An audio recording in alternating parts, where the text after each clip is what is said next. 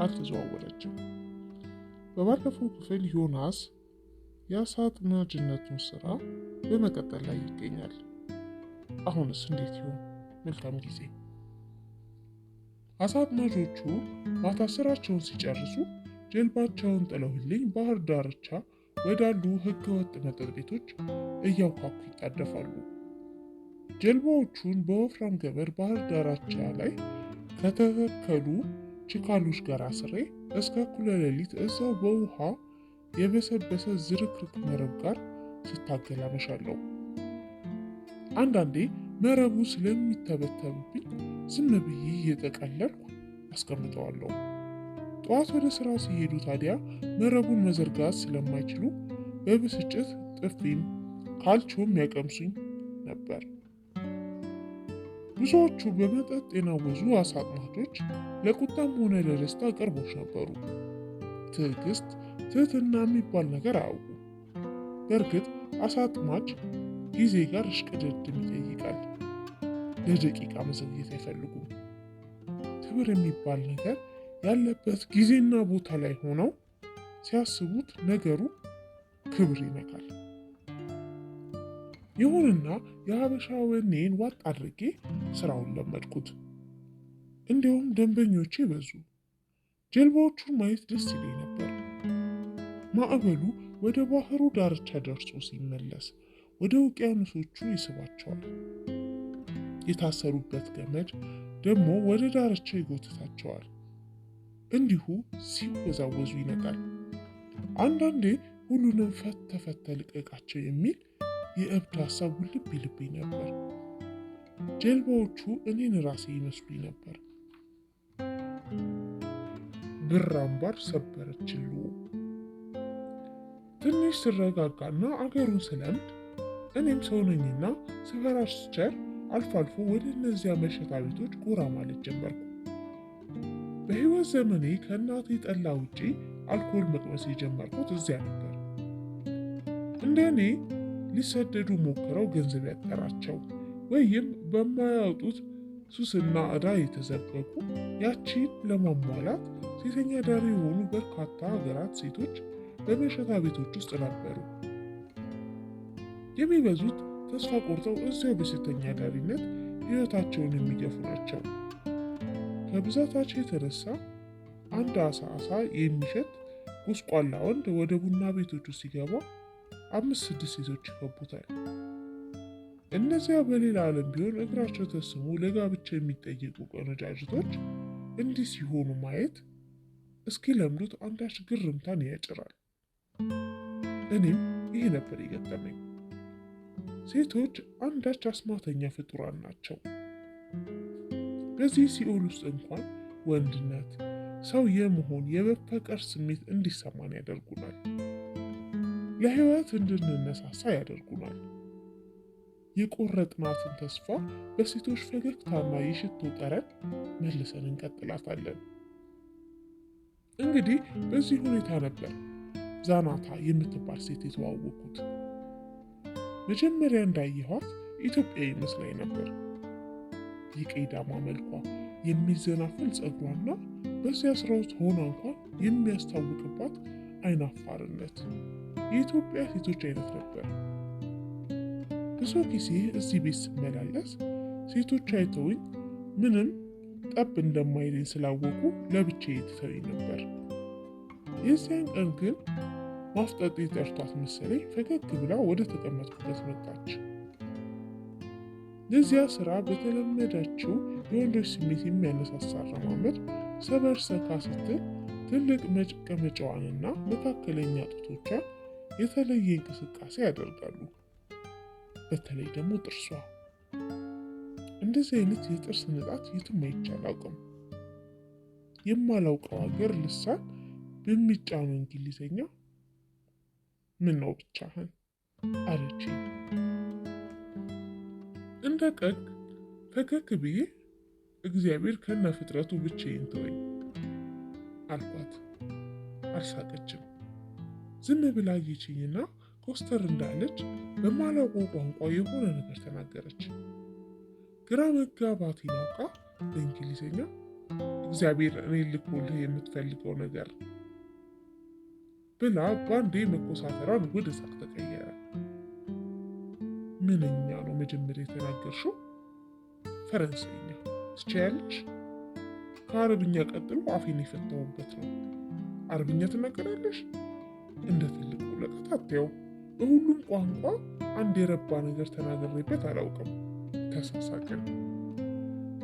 ቢራ እንድትጠጣ ጋበዝኳት። አልኮል እንደማትጠጣ ነገረችኝና ለእኔ ቢራ፣ ለእርሷ ቀዝቃዛ የሎሚ ጭማቂ ይዛ መጣች። ከተፋፈገው ክፍል ወጥተን ነፋሻውን የቡና ቤት አሮጌ የእንጨት በረንዳ ላይ ተቀመጠ። ስትቀመጥ አየዋት። ቀሚሷን ሰብሰብ አድርጋ በስርዓት ነበር የተቀመጠችው። ሁላችንም ዝም ብለን ተቀመጥን። ጨለማው በዋጠው ውቅያኖስ ላይ አልፎ አልፎ ቀይ መብራቶች ሞግልም ይላሉ። የባህር ላይ ድንበር ጠባቂ ጀልባዎች ናቸው። ከመራቃቸው የተነሳ ድምፃቸው የማይሰማ አውሮፕላኖች በጥቁሩ ሰማይ ላይ አብሪ ኮከብ መስለው ያልፋሉ። ዛናታ እንደ ዓመታት ፍቅረኛ ራሷን ትከሻዬ ላይ ጣል አድርጋ በዝምታ ተቀምጣለች። ጠረኗ ደስ የሚል የሽቶ የሎሚና የዚህ ሀገር ሜንታ ሲጋራ ድብልቅ ጠረን ነበር። በቀስታ ቅፌ ጸጉሯን መነካካት ጀመርኩ።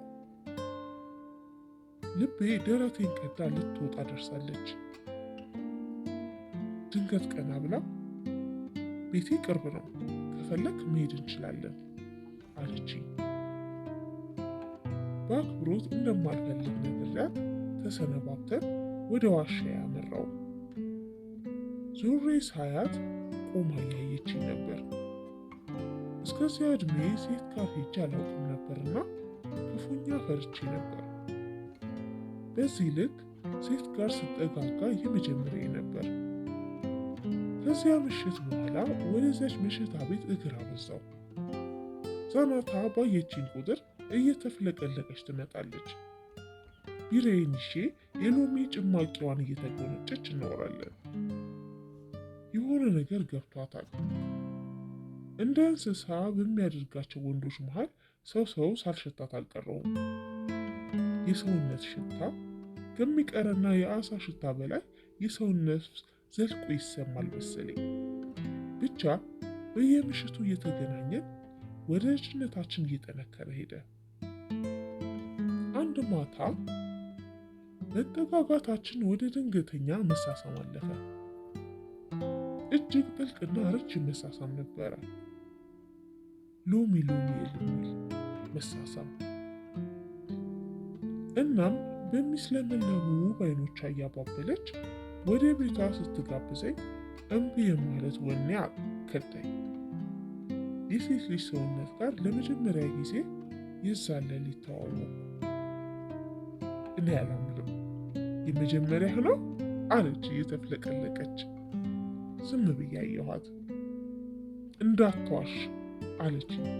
ሊፈነዳ ያሰፈሰፈ ሳቋ ፊቷ ላይ እየተዘጋጀ በአዎንታ ራሴን ነቀነቅኩ። ከንፈሬን ስማኝ አውቄው ነበር እያለች በሳቅ ተፍለቀለቀች። ድንገት ሳቋን አቁማ አገራችሁ ሴት የለም አለችና የሚያምር ጥርሶቿ ብርሃናቸውን ረጩ። እንደ ተአምር አየችኝ። ልክ እንደ ሕፃን ልጅ በዝምታ ጉንጬን ለጥፋ ቆየችና ሲገርም አለች ለራሷ። ምን እንደገረማት አልገባኝም። እናም ዛናታ ጋር ያበደ ፍቅር ውስጥ ገባው። እንደ እርሷ ነበረች ሙሉ ከተማዋ፣ ውሃውን መንገዱን የሞላችሁ ለኔ። እሷ ጋር ስሆን በስደት ሀገር ውስጥ ለብቻዬ የተከለለ ህጋዊ ደሴት ላይ ያረፍኩ መስሎ እስከሚሰማኝ ሰላም መሆን ነበር። በቤቷ በሄድኩ ቁጥር ከእሷ እኩል ቤቷ ይገርመኛል። እግሬ ከኢትዮጵያ ከወጣ ቀን ጀምሮ በስርዓት የተደራጀ ቤት ውስጥ ስገባ የመጀመሪያ ነበር።